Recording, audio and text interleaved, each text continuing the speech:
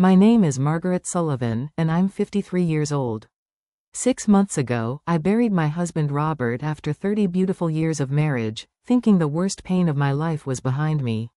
Then last Tuesday night, I caught my 28-year-old son Danny sneaking through our family home at midnight, clutching a flashlight and a stack of papers I didn't recognize. When I confronted him in the hallway, his eyes held a coldness I'd never seen before.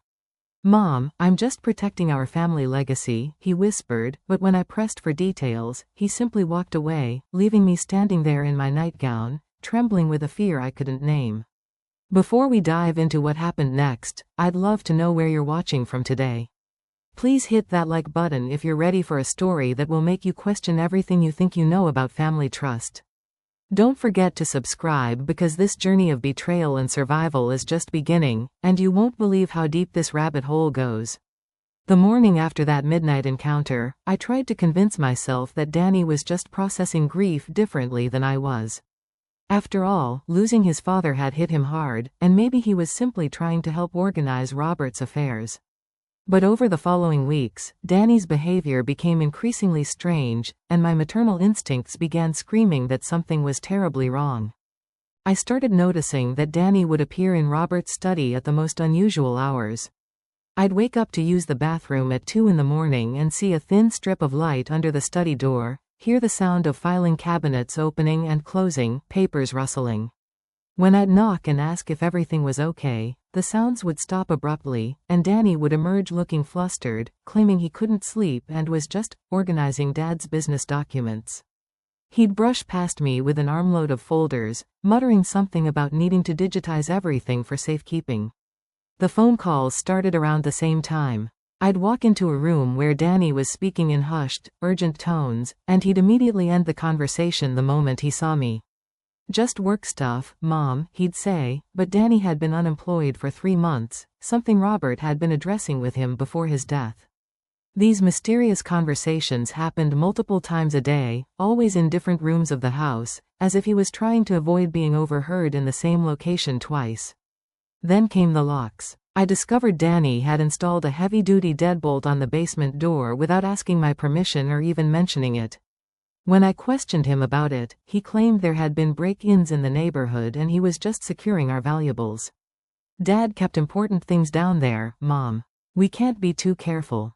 But Robert had never stored anything particularly valuable in our basement except holiday decorations and old furniture. The lock felt excessive, almost prison-like, and Danny was the only one with the key. The visitors started appearing in the 3rd week. I'd hear voices downstairs late at night, see unfamiliar cars parked in our driveway when I peeked through my bedroom curtains. When I'd come downstairs the next morning to ask about it, Danny would claim I must have been dreaming, that no one had visited. But I found coffee cups in the sink that neither of us had used, cigarette butts in the yard though neither Danny nor I smoked, and once, a business card wedged between the couch cushions for a company I'd never heard of. Danny's girlfriend Linda, who had always been polite but distant during their 2-year relationship, suddenly became my best friend. She started dropping by daily, bringing casseroles and flowers, asking how I was coping with widowhood.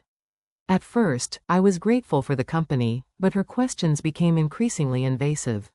She wanted to know about Robert's life insurance policies, whether he'd had any business partners I needed to contact, if there were safety deposit boxes or investment accounts I needed to access.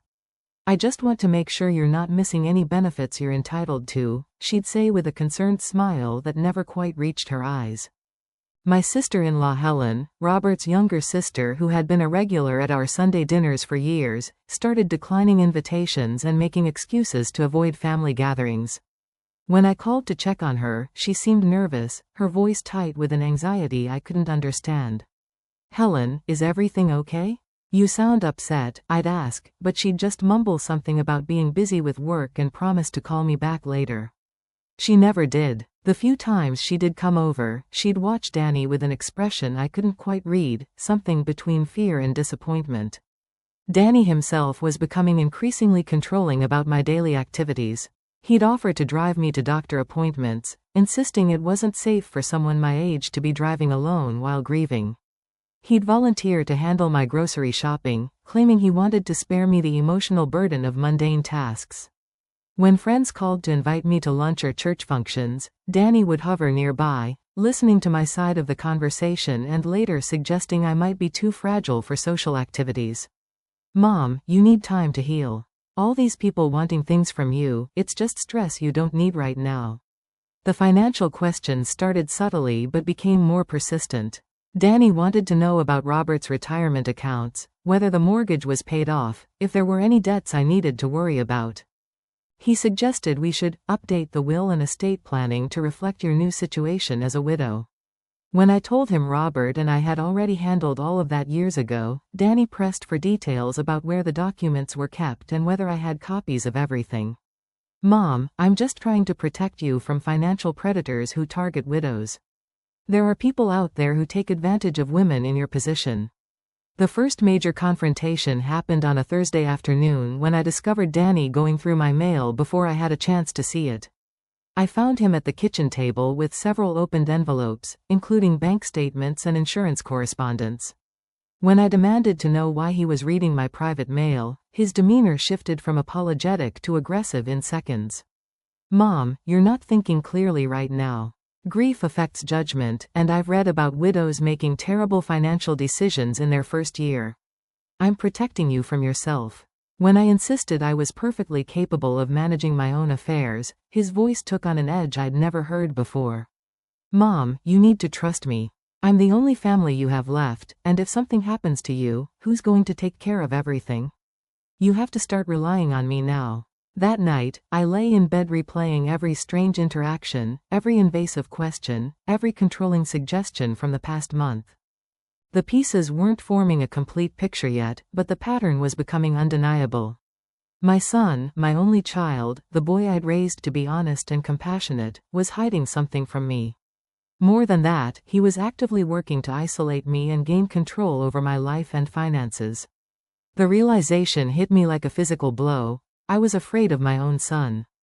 The breaking point came the following Tuesday when I discovered that several of Robert's most important documents had vanished from the fireproof safe in our bedroom closet. The original copy of our will, Robert's birth certificate, the deed to our house, and the documentation for his substantial coin collection were all missing.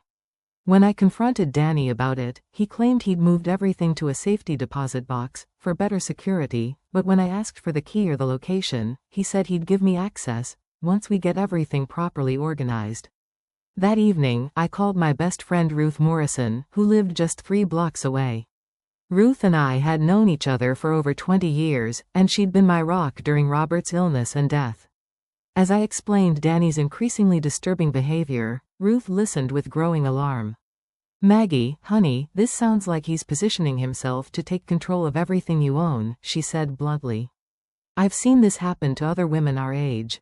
Family members who think they're entitled to inheritance get impatient waiting for natural death. The word, inheritance, hit me like a slap. I'd been thinking of Danny's behavior as misguided protectiveness, but Ruth's interpretation made horrifying sense. Danny knew about Robert's life insurance policy, the paid-off mortgage, the retirement accounts, and the valuable collections. He also knew I was vulnerable, isolated, and still struggling with grief-related confusion and forgetfulness. Ruth, what do I do? He's my son, but I'm actually scared of him now. Ruth's suggestion was both brilliant and terrifying. You need to see what he's really doing when you're not around. I think you should pretend to go out of town for a few days and set up cameras to watch the house. If he's planning something, he'll probably move faster if he thinks you're gone. The idea of spying on my own child made me nauseous, but the alternative of remaining blind to potential danger was worse. We spent the next 3 days planning every detail of the deception. I researched hidden camera systems online, reading reviews and watching installation videos until I understood exactly what equipment I needed. Ruth drove to an electronics store in the next town over to purchase everything, using cash to avoid any paper trail that might lead back to me. We bought 6 wireless cameras with night vision capability, a digital recording system, and a tablet that would allow me to monitor the feeds remotely. Creating a believable cover story required careful attention to detail. I told Danny I'd been invited to visit my cousin Patricia in Denver for 2 weeks, something that wasn't entirely fabricated since Patricia had been asking me to come stay with her since Robert's funeral. I made a big show of calling airlines and hotels in Danny's presence, booking a reservation that I could cancel later.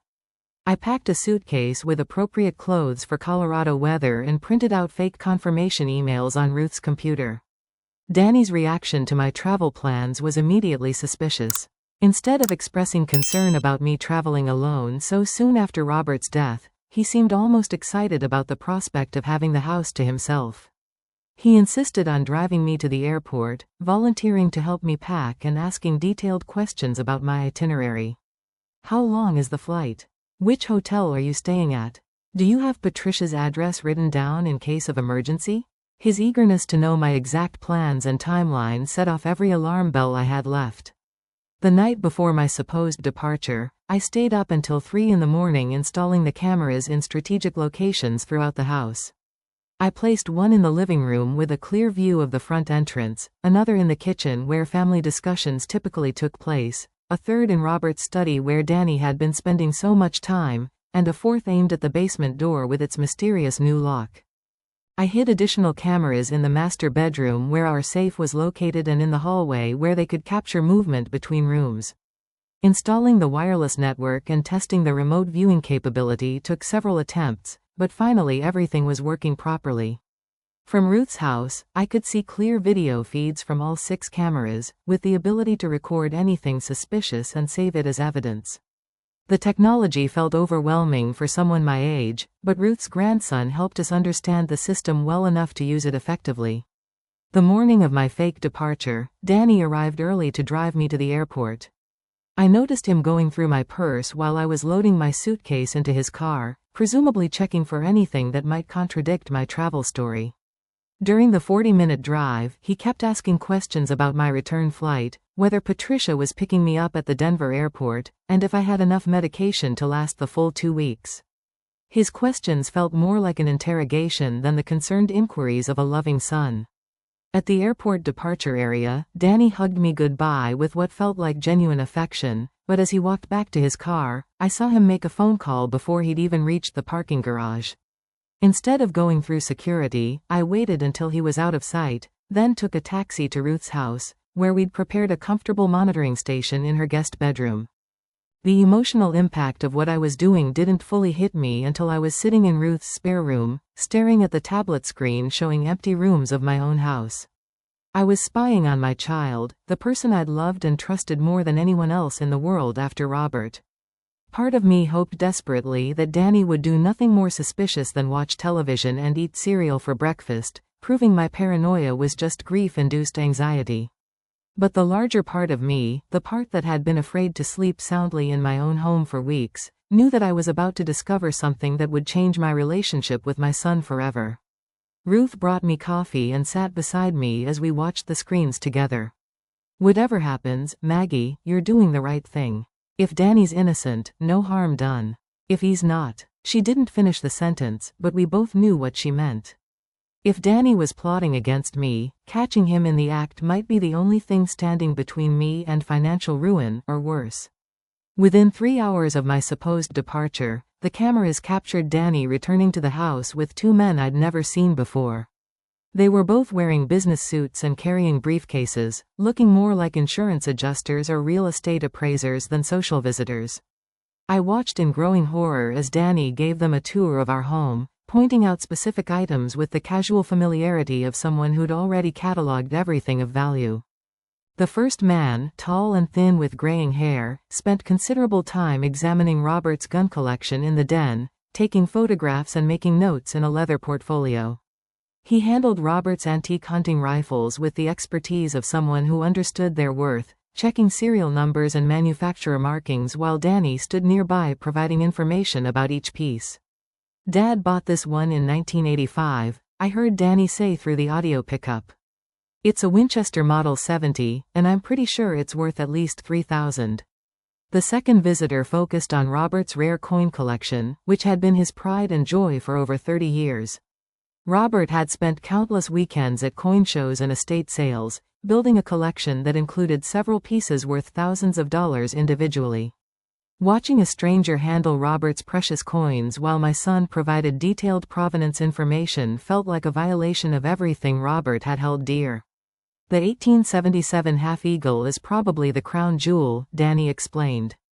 Dad had it appraised at $15,000 just 2 years ago. What disturbed me most wasn't just that Danny was showing strangers our valuables, but that he had knowledge about their worth that he'd never displayed before. He quoted prices and provided historical details about items that Robert had typically discussed only with fellow collectors. Danny had clearly done extensive research into the value of everything in our house, research that suggested planning rather than casual interest. The three men spent over 2 hours going through our home systematically, and their conversation gradually revealed the true nature of their visit. They weren't potential buyers or legitimate appraisers, but rather people Danny was consulting about the best way to quickly liquidate valuable assets. "We need to move fast," the thin man said at one point. "Estate sales draw too much attention, and auction houses require too much documentation. Private sales to collectors will give you the best return with the least scrutiny." By the 4th hour of surveillance, my hands were shaking so badly that Ruth had to take over operating the recording equipment. We watched Danny lead the men to areas of the house I'd never seen him pay attention to before: the china cabinet with my grandmother's antique serving pieces, the original oil paintings Robert had inherited from his parents, even my jewelry box with pieces that had been family heirlooms for generations. Everything was being evaluated for its resale potential. The conversation that broke my heart completely came when the men were examining Robert's home office. "The old man kept meticulous records," Danny said, and I realized he was talking about my deceased husband with casual disrespect. "Every purchase, every appraisal, every insurance update. He made it easy to know exactly what everything's worth." The thin man laughed and replied, "Smart planning on your part. Most people have to guess at values, but you've got everything documented." As the day progressed, the visits became more frequent and involved different people. A woman who appeared to be a document expert spent an hour going through Robert's filing system, photographing pages and making copies of important papers. 2 men who looked like moving contractors measured furniture and discussed logistics for transporting large items. Each visitor was clearly there for a specific purpose, and Danny orchestrated their activities with the efficiency of someone who'd been planning this operation for months. The most chilling moment came near sunset when I heard Danny on a phone call with someone he addressed as Uncle Frank.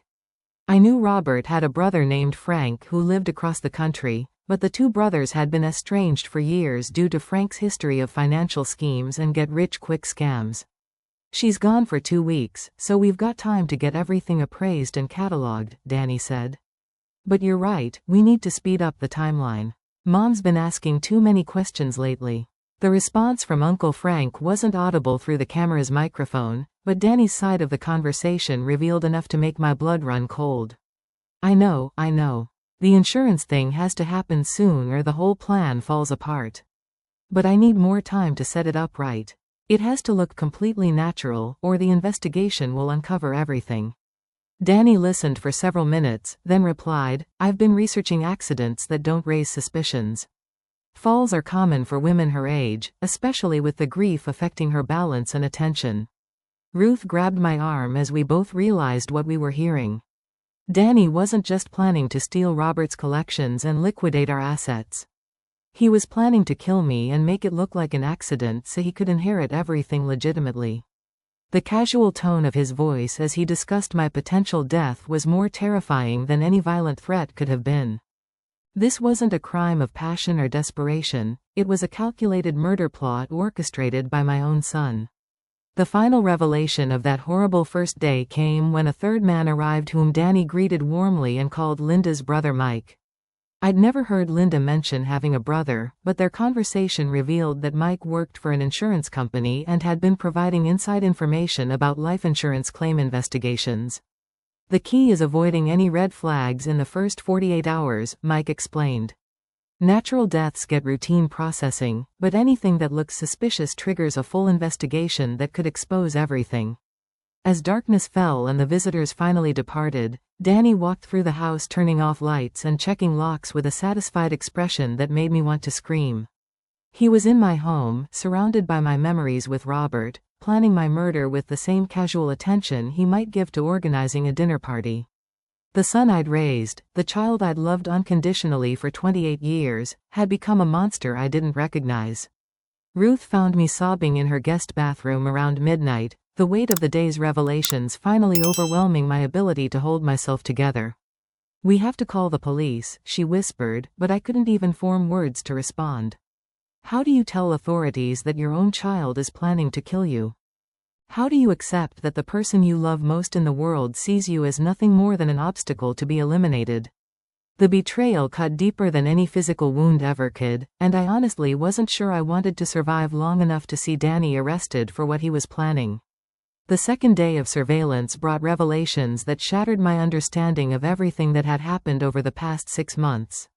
I thought I'd experienced the worst possible betrayal watching Danny plan my death, but what I discovered about Robert's final weeks made me question every moment of grief and loss I'd endured since my husband's funeral.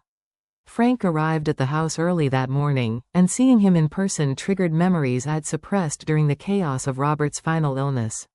Frank looked older and more weathered than I remembered, but his presence brought back uncomfortable recollections of arguments between the brothers and Robert's concerns about Frank's financial desperation and questionable business dealings. The conversation between Frank and Danny started normally enough, with Frank asking about the progress of cataloging our assets and Danny providing updates on the various appraisals and valuations. But then Frank asked a question that stopped my heart completely. "Any regrets about the old man?" It took longer than we thought, but the results were perfect. Danny's response confirmed my worst nightmare. No regrets at all. Dad was going to change the will anyway once he found out about my gambling debts. This way was actually easier than we originally planned. The casual tone with which my son discussed murdering his father made me physically ill, but I forced myself to keep listening as the horrible truth emerged. Frank had apparently been the mastermind behind Robert's death, manipulating Danny's financial desperation and gambling addiction to convince him to participate in the murder plot. "Your father always thought he was smarter than everyone else," Frank said with obvious resentment. "He cut me out of the family business 20 years ago, and he was going to leave everything to charity rather than give you kids what you deserved. We just accelerated the natural order of things." The method they'd used was diabolically clever and nearly impossible to detect without specific testing. Danny had been gradually increasing Robert's heart medication dosage over several months, adding digitalis to his daily pills in amounts that would slowly build up in his system. Robert's existing heart condition provided perfect cover for the poisoning, as the symptoms would appear to be natural progression of his cardiac problems. "The beauty of digitalis poisoning," Frank explained with professorial pride, "is that it mimics heart attack symptoms perfectly. Chest pain, irregular heartbeat, nausea, confusion. Everything looks exactly like cardiac episode to emergency room doctors who don't know to test for it specifically. By the time anyone might think to look for poison, the body has usually metabolized most of the evidence." Danny described how Robert's final weeks had actually been orchestrated medical murder. Dad kept complaining about feeling dizzy and having chest pains, but the doctors said it was normal progression of his heart condition. Every time his symptoms got worse, I just increased the dosage slightly. He never suspected that his own son was killing him gradually. The cruelest detail was how Danny had manipulated Robert's final medical emergency. On the night Robert collapsed in our kitchen, Danny had given him a massive dose of digitalis that triggered a severe cardiac episode. While I was panicking and calling for an ambulance, Danny was calmly ensuring that Robert wouldn't survive to reach the hospital.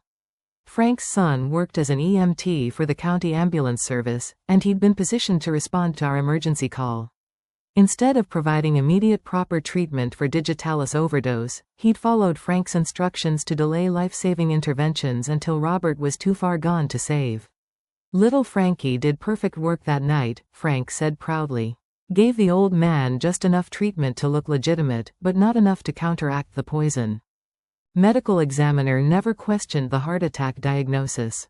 The conversation revealed that Danny had been destroying and replacing Robert's medical records throughout his final months, substituting falsified documents that supported the narrative of natural cardiac deterioration. A doctor who owed Frank money from gambling debts had signed Robert's death certificate without performing the thorough examination that might have revealed evidence of poisoning. What made the betrayal even more devastating was learning about Robert's final attempts to protect me from what he'd begun to suspect. Dad was getting paranoid toward the end, Danny told Frank. He started asking questions about my visits, wanted to know why I was suddenly so interested in spending time with him after years of barely staying in touch. He even mentioned changing his will to protect Mom from anyone who might try to take advantage of her after his death. Robert had apparently discovered some evidence of Danny's gambling addiction and had been planning to confront him about it. Frank and Danny had decided they couldn't risk Robert uncovering the full extent of the financial troubles or discovering Danny's involvement with Frank's criminal activities. We had maybe a week before Dad put it all together, Danny admitted. The old man was sharper than we gave him credit for, even with the poison affecting his thinking. The most heartbreaking revelation was that Robert had tried to warn me in his final days, but his digitalis-induced confusion made his concerns sound like paranoia or dementia-related anxiety. I remembered him asking strange questions about Danny's visits, expressing worry about our financial security, and once telling me to watch out for Frank if anything happened to him. I'd dismissed these concerns as illness-related confusion, when they were actually lucid attempts to protect me from the people who were murdering him. Linda's role in the cover-up had been more extensive than I'd initially realized. She'd been tasked with monitoring my emotional state and reactions during Robert's final weeks, reporting back to Danny and Frank about whether I suspected anything unusual. Her sudden increase in attention and affection during Robert's illness hadn't been supportive friendship, it had been intelligence gathering to ensure their murder plot remained undetected. The insurance aspects of the scheme were particularly calculating. Frank had researched the timing requirements for life insurance payouts and had ensured that Robert's death occurred more than 2 years after the last policy update, avoiding the typical investigation period for recent coverage increases. Danny had also confirmed that I hadn't changed any beneficiary information since Robert's death, meaning that everything would eventually pass to him as my sole heir.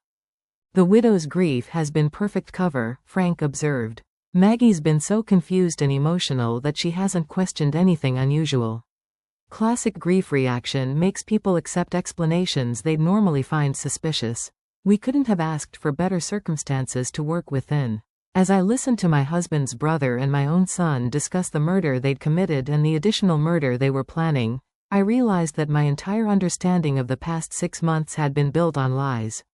Robert hadn't died of natural causes brought on by advancing age and heart disease. He'd been systematically poisoned by people he trusted, people who saw his love and generosity as weaknesses to be exploited rather than gifts to be treasured. The recording equipment captured every word of their confession, but I knew that no amount of evidence could repair the damage their betrayal had inflicted on my heart and soul. They hadn't just murdered Robert. They'd stolen my ability to grieve him properly, my trust in family relationships, and my sense of safety in my own home. The evil they'd committed went far beyond simple murder into realms of psychological torture that I wasn't sure I'd ever recover from completely. Ruth found me collapsed on the floor of her guest room after I'd listened to Danny and Frank's confession about Robert's murder. The combination of horror, grief, and betrayal had overwhelmed my ability to process what I'd learned, and I was hyperventilating so severely that Ruth called her nephew Detective Mike Torres for medical and legal guidance. Detective Torres arrived within an hour and listened to the recorded conversations with the grim expression of someone who'd seen too many family betrayals in his 15 years of law enforcement. Mrs. Sullivan, what you've captured here is confession to first-degree murder and conspiracy to commit additional murder, he told me gently. But we need to be very careful about how we proceed. Your son and his uncle clearly have connections within the system, and we can't risk them destroying evidence or fleeing if they suspect you're aware of their plans. The decision to continue surveillance felt impossible, but Detective Torres explained that building an airtight case would require more evidence than just the recorded conversations. Defense attorneys will claim the recordings are taken out of context or fabricated. We need physical evidence, documented patterns of behavior, and ideally additional confessions that tie together all the elements of both murders. The thought of watching Danny plan my death for additional days made me nauseous, but the alternative of letting him escape justice was worse. Detective Torres helped us set up additional monitoring equipment and provided guidance on what specific evidence would be most valuable for prosecution. We needed documentation of the asset theft, proof of the falsified medical records, evidence of the insurance fraud scheme, and if possible, physical evidence linking Danny and Frank to Robert's poisoning. This is going to be emotionally brutal for you, Mrs. Sullivan, but you're probably the only person who can gather the evidence needed to convict them. The surveillance became more dangerous on the third day when Danny started expressing suspicions about my absence. A neighbor had mentioned seeing lights on at Ruth's house during unusual hours, and Danny had called the Denver hotel where I was supposedly staying only to be told they had no record of my reservation. Ruth's cousin, who worked at a different hotel in Denver, agreed to pose as a clerk and confirm my supposed presence there, but the close call made it clear that Danny was becoming paranoid about my travel story. "Mom seems really out of it lately," Danny told Frank during a conversation we recorded that afternoon. "She's been forgetting things and getting confused about dates. I'm starting to wonder if she's developing dementia like her mother did." The calculation in his voice as he discussed my supposed mental decline made it obvious that he was building a narrative to explain away any suspicious behavior I might display when I returned. Frank's response revealed additional layers to their scheme. That could actually work in our favor. If the widow's showing signs of cognitive decline, it explains why she might have accidents around the house. Dementia patients fall all the time, and they're notorious for medication errors and household accidents. They were planning to use my grief-related forgetfulness and confusion as cover for making my murder look like natural death. The evidence gathering became more systematic as Detective Torres helped us understand what prosecutors would need for conviction. We documented every visitor to the house, recorded every conversation about asset valuation and liquidation, and captured video evidence of Danny removing items from the house and loading them into vehicles. The pattern of theft was unmistakable, but more importantly, the recorded discussions about timing and methods for my planned death provided clear evidence of premeditated murder conspiracy. Linda's involvement became more apparent as we continued monitoring. She arrived at the house daily to help Danny coordinate the asset theft and to practice the story they would tell about my death when it occurred. "We need to be consistent about Mom's mental state and accident history," she told Danny. "I'll talk about how worried I've been about her memory problems and how I warned you that she shouldn't be left alone in a big house with all those stairs." The basement area became a particular focus of their planning. Danny and Frank spent considerable time examining the staircase and discussing how to make a fall look accidental while ensuring it would be fatal. "The angle has to be perfect," Frank explained with chilling technical detail. "Too shallow and she might survive with injuries that could expose the plan. Too steep and it looks suspicious rather than accidental." Listening to them plan the specific mechanics of my murder was horrifying beyond description. Detective Torres had been quietly investigating Frank's background and discovered a pattern of elderly fraud cases stretching back over 20 years. Frank had been suspected but never convicted in several cases where elderly relatives had died under suspicious circumstances, always shortly before major changes to wills or insurance beneficiaries. "This isn't their first time," Detective Torres told me grimly. "Your husband and you are part of a much larger pattern of family members who've been murdered for inheritance money." The investigation revealed that Linda wasn't Danny's girlfriend by coincidence. She'd been recruited by Frank specifically to establish a relationship with Danny and gain access to information about our family's financial situation. Her questions about Robert's health, insurance policies, and estate planning hadn't been concern for family welfare. They'd been intelligence gathering for murder planning that had been in development for over 2 years. The corruption within the system was more extensive than any of us had initially realized. Frank had contacts in the medical examiner's office, the EMT service, insurance companies, and legal offices that had allowed him to orchestrate multiple murders over the years without detection. Detective Torres was working carefully with federal authorities to avoid alerting anyone who might warn Frank and Danny about the investigation. By the 6th day of surveillance, the emotional toll of watching my son plan my murder was becoming unbearable. Ruth had to physically restrain me several times from rushing home to confront Danny directly. "Maggie, I know this is torture, but if you confront him now, he'll destroy all the evidence and probably accelerate his timeline for killing you," she reminded me repeatedly. "We need just a few more days to build a case that will put both of them away for life."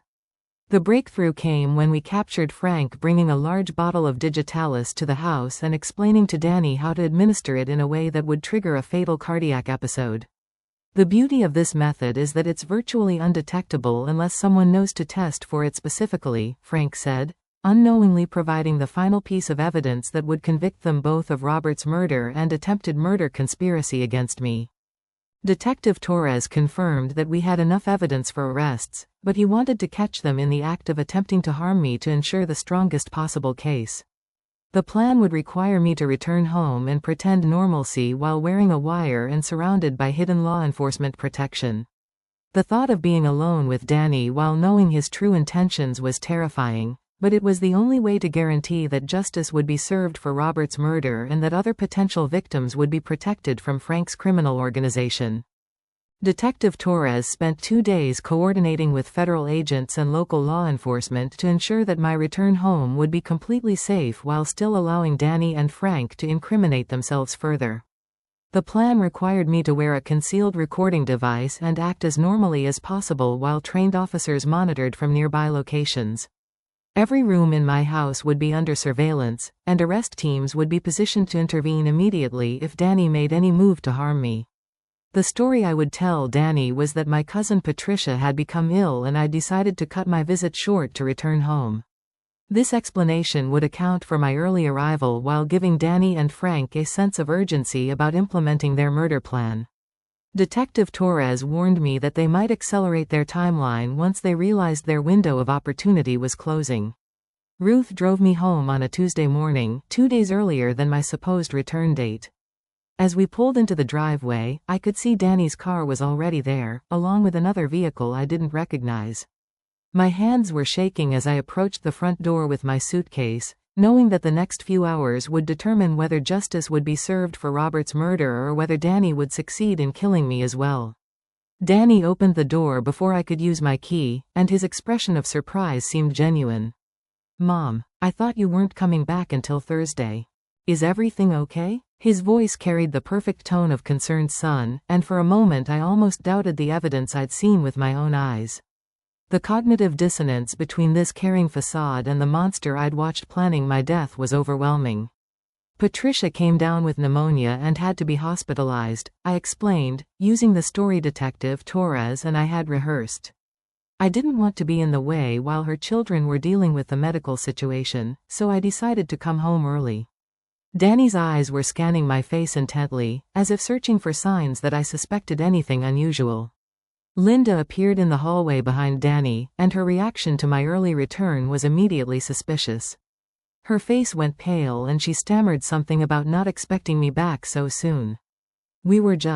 Danny was helping me move some furniture from my apartment, she explained, though I could see no evidence of any furniture moving activity. The lie was clumsy and obvious, confirming that my early arrival had disrupted whatever they'd been planning. Frank emerged from the kitchen, and seeing him in my home again brought back all the horror of listening to him plan Robert's murder. "Maggie, good to see you again," he said with false warmth. "Danny's been telling me how well you've been coping with everything. Such a strong woman." The irony of receiving sympathy from my husband's killer was almost unbearable. I played my part carefully, acting slightly confused and disoriented from travel, letting them think the grief and stress were affecting my mental clarity more than they actually were. "I'm sorry, Frank, I'm still a bit foggy from the flight.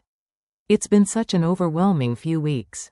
Danny immediately seized on this opening to express exaggerated concern about my condition. "Mom, you do seem really tired. Maybe you should rest for a while before we talk about anything important," Danny suggested, but I could see him exchanging meaningful glances with Frank and Linda. They were clearly communicating about something that required my absence from the conversation. I asked casual questions about what they'd been doing while I was away, watching their faces carefully as they constructed explanations that contradicted what I'd observed through the surveillance cameras. Danny claimed he'd mostly been working on organizing Robert's papers and had rarely had visitors. Linda said she'd stopped by a few times to check on the house but hadn't spent much time there. Frank claimed this was his first visit since the funeral. Every word was a lie, and their coordination in maintaining the false narrative revealed how extensively they'd planned their deception. The recording device hidden in my clothing was capturing every word, and I knew that Detective Torres and his team were listening from their monitoring position. The lies about their activities while I was supposedly away would provide additional evidence of their conspiracy, even if they didn't confess to the murders directly. As the afternoon progressed, I began asking questions that I hoped would prompt them to reveal more about their plans. I mentioned feeling unsteady on my feet lately and worried about falling down the basement stairs. Danny's reaction was immediate and intense. "Mom, that's exactly why I think you should consider moving to a smaller place, maybe a single-story apartment where you'd be safer." The eagerness in his voice as he discussed eliminating the stairs that figured so prominently in their murder plan was chilling. Frank suggested that perhaps I should have a medical evaluation to check for balance problems or medication issues that might be making me unsteady. "At your age, with all the stress you've been under, it's important to make sure there aren't any underlying health problems that could cause accidents," he said with false concern.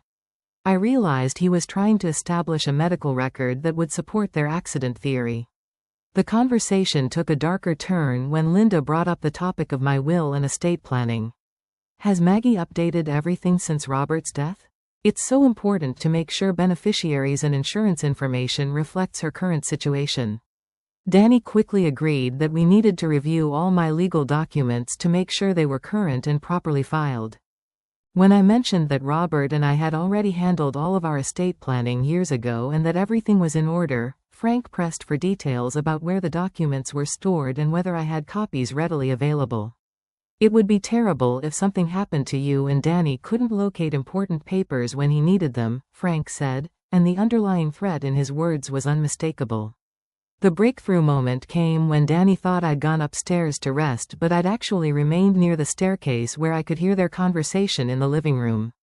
Frank's voice carried clearly as he told Danny and Linda that they needed to move the timeline up significantly, because my early return and questions about the house were making him nervous. "She's definitely more alert than we expected," Linda said. "I thought the grief would keep her confused longer, but she's asking specific questions about things that could cause problems."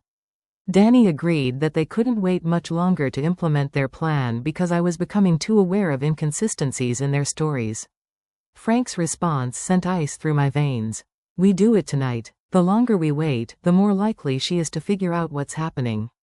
"Danny, you know what you need to do. Make it quick and make it look exactly like we discussed."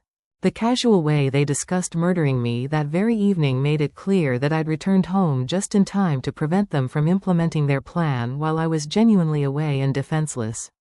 I crept back upstairs and used the emergency signal Detective Torres had given me, texting a single word that would alert the arrest teams to move into position. Within minutes, I could hear the subtle sounds of law enforcement officers taking positions around my house, preparing to arrest Danny, Frank, and Linda for conspiracy to commit murder. The final confrontation began when I came back downstairs and directly asked Danny about the missing documents from our safe, the visitors I'd observed through the surveillance cameras, and his conversations about my death with Frank. The shock on all three faces was immediate and complete. They realized that I knew everything, and their careful facade of innocent concern crumbled instantly. Danny's mask dropped completely, and for the first time I saw the cold calculation that had been hidden beneath his pretense of filial love. "How long have you known?" he asked, and there was no longer any pretense of the caring son I'd raised. This was the person who had murdered his father and was planning to kill his mother for money, and his true nature was finally completely visible. The moment Danny asked how long I'd known, the carefully orchestrated trap sprang into action. Detective Torres and his team burst through the front and back doors simultaneously, shouting commands for everyone to get on the ground with their hands visible. The transformation in my living room from family gathering to crime scene happened in seconds, and the looks of shock and rage on Danny, Frank, and Linda's faces revealed the depth of their desperation. Danny tried to claim innocence even as handcuffs were being placed on his wrists. "This is insane. Mom, tell them this is a mistake. I would never hurt you." But his protests rang hollow when Detective Torres began reading charges that included first-degree murder of Margaret Sullivan, conspiracy to commit murder, elder abuse, fraud, and theft. The evidence we'd gathered over 6 days of surveillance had provided law enforcement with an airtight case. Frank's arrest was particularly satisfying because federal agents had been investigating his criminal organization for months, and the evidence we'd provided gave them the breakthrough they needed to connect him to multiple elderly victim murders across several states. As they led him away, Frank looked at me with pure hatred and spat, "You should have died quietly like your husband did. Now you'll spend your last years in courtrooms instead of enjoying the money Robert left you." Linda broke down completely during her arrest, sobbing and begging me to understand that she'd been forced to participate in the scheme. "Mrs. Sullivan, I never wanted anyone to get hurt. Frank threatened my family if I didn't help them. I was scared and didn't know how to get out." Her tears seemed genuine, but Detective Torres later told me that Linda had voluntarily joined Frank's operation and had helped him target multiple elderly victims over the past 3 years. The physical evidence collected from my house during the arrests was extensive. Police found digitalis hidden in Danny's room, falsified medical documents for Robert, detailed appraisals of our valuable items, and correspondence with buyers for stolen assets. They also discovered a detailed timeline for my planned murder, including backup methods if the basement stairs plan didn't work. Reading those documents later, I realized how thoroughly Danny had planned every aspect of my death. The media attention surrounding the arrests was overwhelming and humiliating. Our family's tragedy became front-page news, with headlines like, "Son murders father," "Plans mother's death for inheritance," and "Multi-state elder fraud ring exposed in local murder plot." Reporters camped outside my house for days, trying to get comments about how it felt to discover my son was planning to kill me. The violation of privacy added another layer of trauma to an already unbearable situation. Danny's attempts to negotiate a plea bargain revealed the depth of his selfishness and lack of remorse. Through his attorney, he offered to provide information about Frank's other victims in exchange for a reduced sentence, but he maintained that he'd been manipulated and coerced into participating in the murders. The recorded conversations where he'd discussed killing me with casual indifference made his claims of reluctant participation completely unbelievable. Frank's criminal history, once fully investigated, revealed a pattern of elderly abuse that stretched back over 20 years and involved at least 12 different victims. He'd perfected the technique of identifying family members with financial problems and manipulating them into murdering their elderly relatives for inheritance money. The systematic nature of his crimes made him one of the most prolific serial killers of elderly people that law enforcement had ever encountered. Linda's cooperation with authorities revealed additional victims and provided crucial testimony about Frank's recruitment and manipulation methods. Her willingness to testify against Frank and Danny helped prosecutors build cases for the other murders, but it didn't absolve her of responsibility for her role in targeting innocent elderly people for financial exploitation and murder. The trial process was emotionally devastating, requiring me to testify about watching my son plan my death and learning about my husband's murder. Sitting in court and describing how Danny had discussed the mechanics of killing me while expressing no remorse or hesitation was one of the most painful experiences of my life. The defense attorneys tried to portray me as a confused, grieving widow whose perceptions couldn't be trusted, but the recorded evidence made their arguments irrelevant. Danny's conviction on all charges resulted in a life sentence without possibility of parole, plus an additional 25 years for the conspiracy and elder abuse charges. As the verdicts were read, he looked directly at me with the same cold calculation I'd seen in my living room during his final confrontation. There was no remorse, no regret, no recognition that he'd destroyed his family for money he would never be able to spend. Frank received multiple life sentences for the murders he'd orchestrated over 2 decades, and his conviction helped law enforcement close numerous cold cases involving suspicious elderly deaths. The systematic destruction of Frank's criminal organization prevented additional families from experiencing the betrayal and loss that mine had endured, but it couldn't undo the damage already inflicted on his many victims. Linda received a 15-year sentence in exchange for her cooperation, but even with her reduced punishment, the knowledge that she'd helped plan my husband's murder and my own death made it impossible for me to feel anything but disgust for her supposed remorse. Her tears during sentencing seemed calculated to gain sympathy rather than reflecting genuine regret for the lives she'd helped destroy.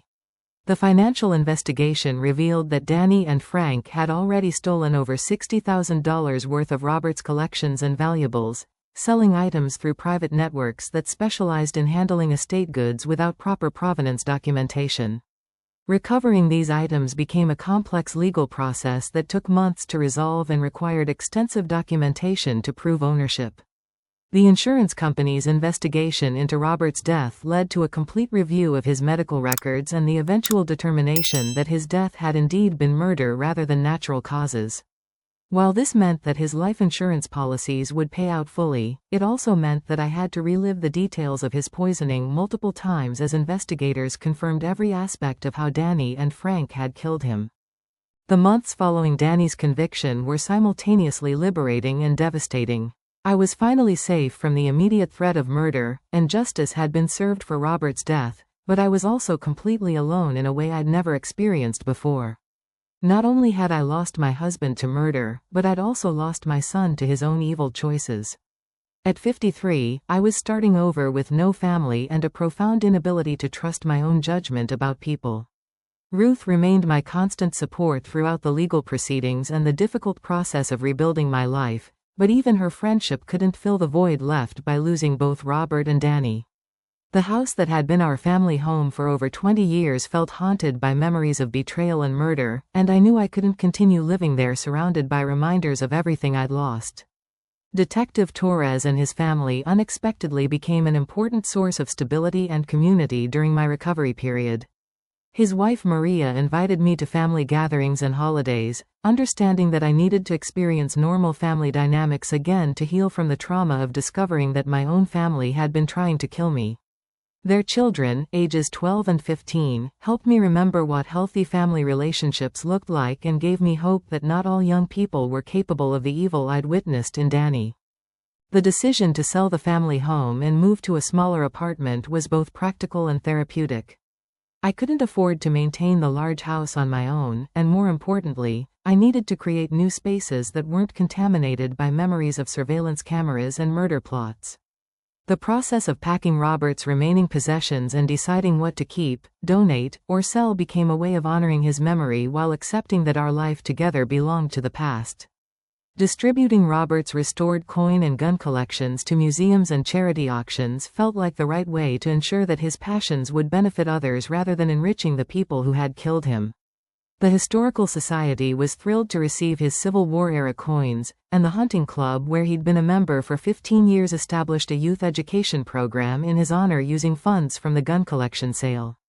Harold Whitman entered my life through the grief support group that my therapist had recommended, and initially I was resistant to any romantic connection because my ability to trust had been so thoroughly destroyed. Harold had lost his wife of 35 years to cancer, and his understanding of profound loss combined with his patience about my trust issues gradually allowed me to believe that not everyone had hidden agendas or ulterior motives. My volunteer work with the Elder Protection Alliance became a way to channel my traumatic experience into something that could help other vulnerable people avoid similar betrayal. Speaking to community groups about the warning signs of family financial abuse and elder manipulation was initially terrifying but ultimately empowering.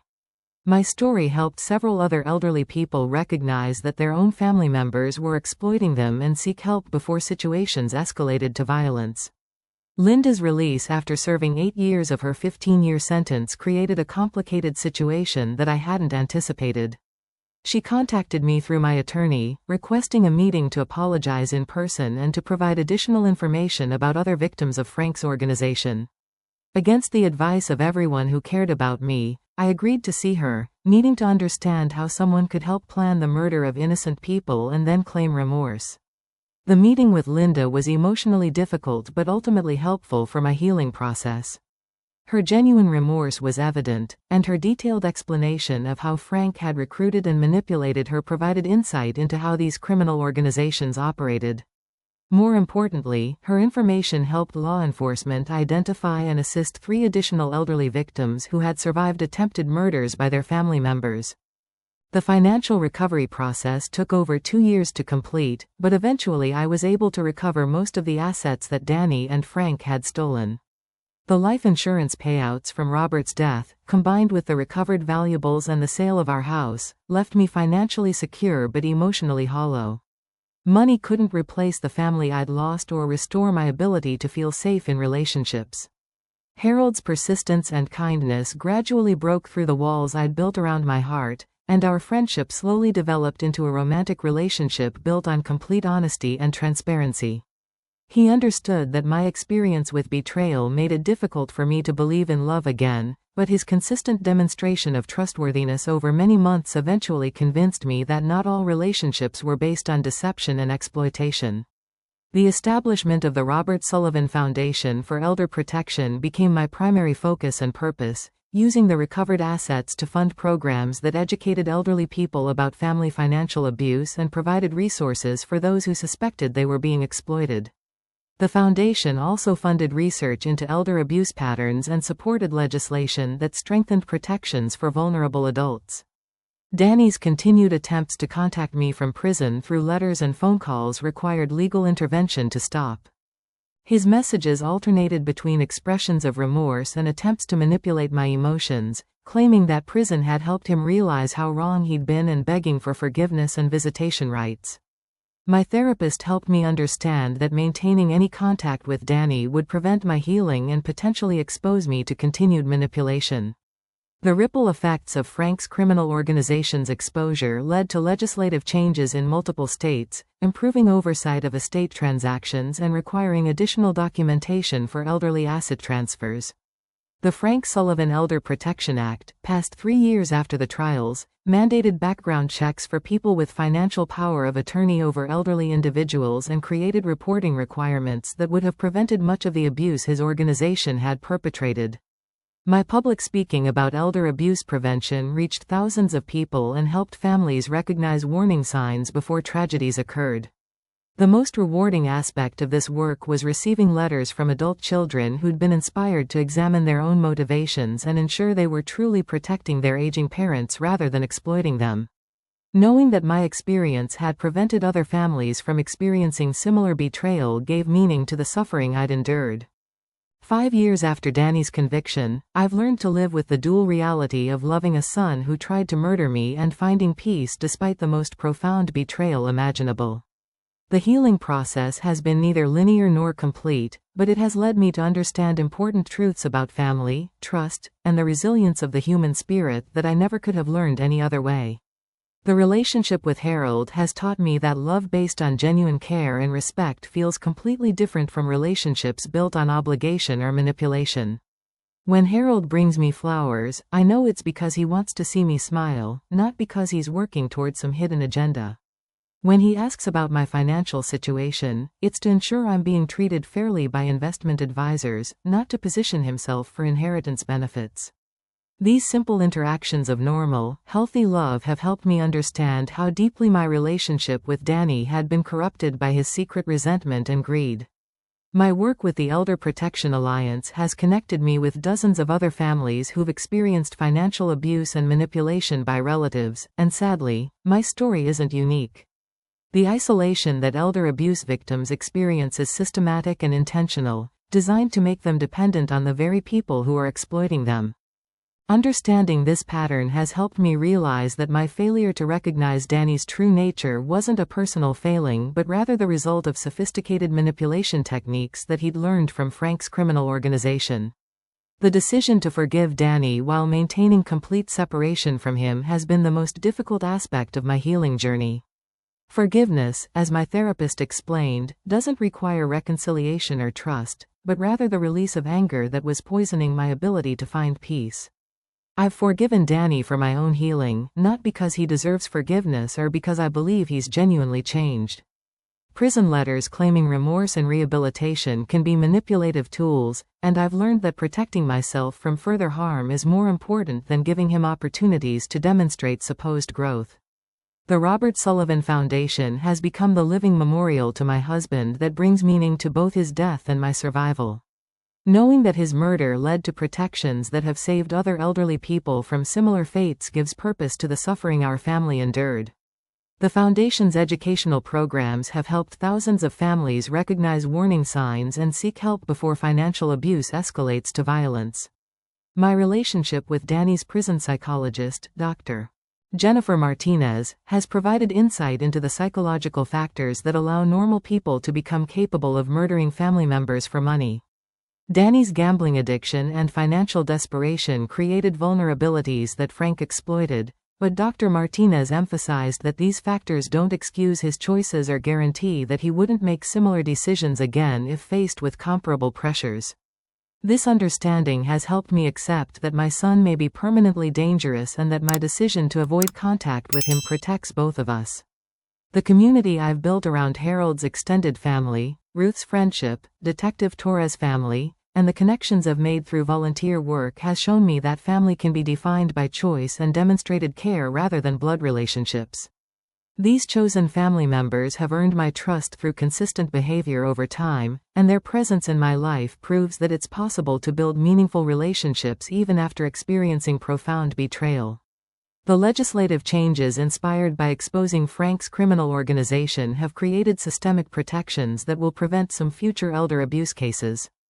The Frank Sullivan Elder Protection Act requires financial institutions to report suspicious patterns of asset transfers involving elderly account holders, and the expanded background check requirements for people with power of attorney have already prevented several attempted exploitation schemes.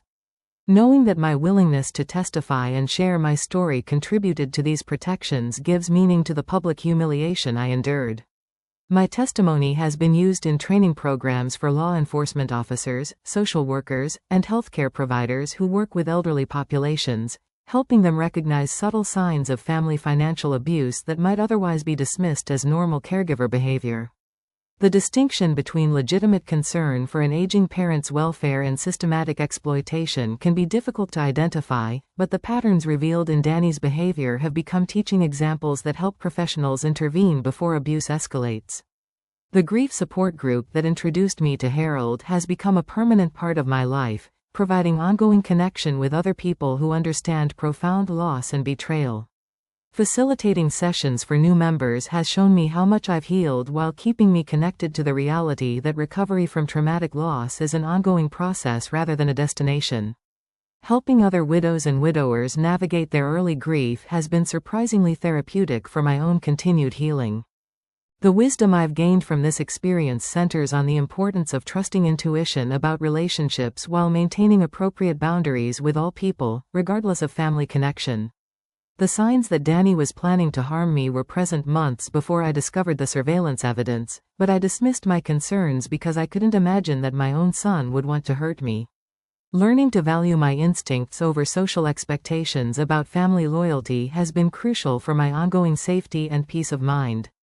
The financial security I've achieved through recovery of stolen assets and careful management has allowed me to live independently while supporting causes that matter to me.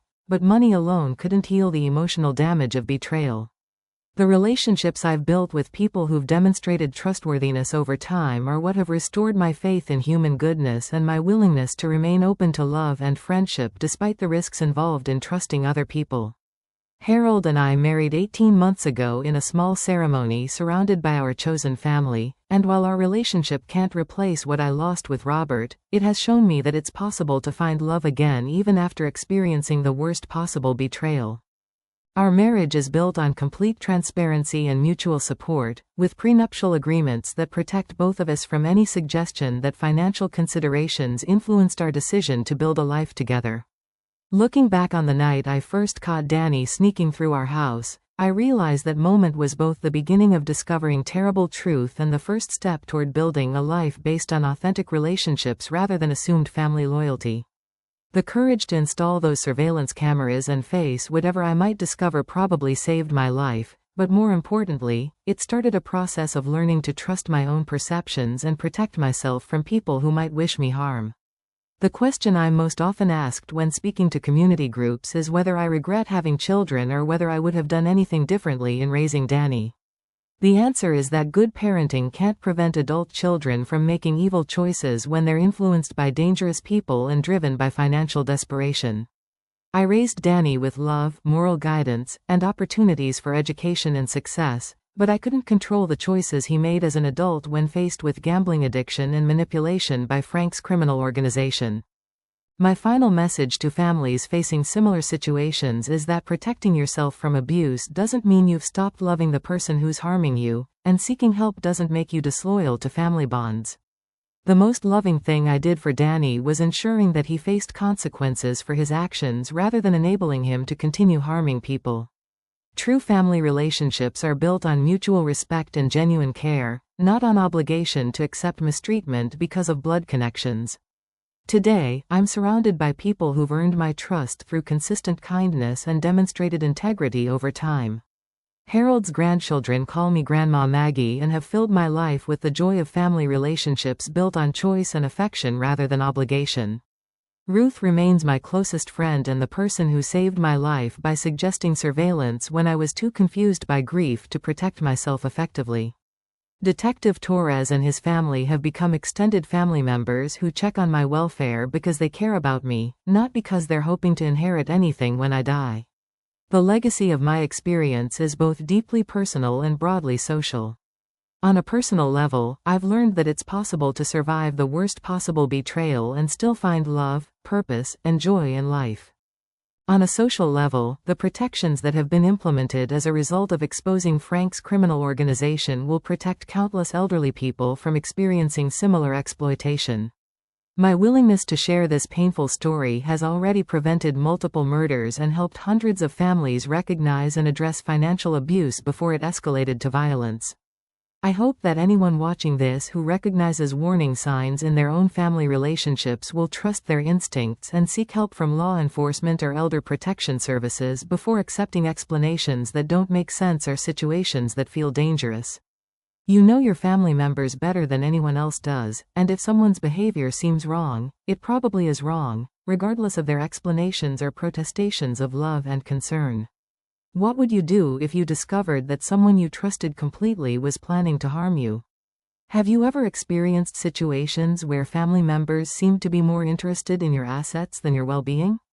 Share your thoughts and experiences in the comments below, and please hit that like button if this story has given you insight into protecting yourself or your elderly loved ones from potential exploitation. Don't forget to subscribe for more stories about survival, justice, and the strength of the human spirit in overcoming betrayal. Share this video with anyone who might benefit from understanding the warning signs of elder abuse, because knowledge and awareness are the best defenses against the kind of manipulation and violence my family experienced. Thank you for listening to my story, and I hope that sharing these painful experiences will help protect other families from similar tragedies. May you always be surrounded by people who love you for who you are, not what you can provide for them, and may you trust your instincts when something feels wrong, even if you can't immediately explain why.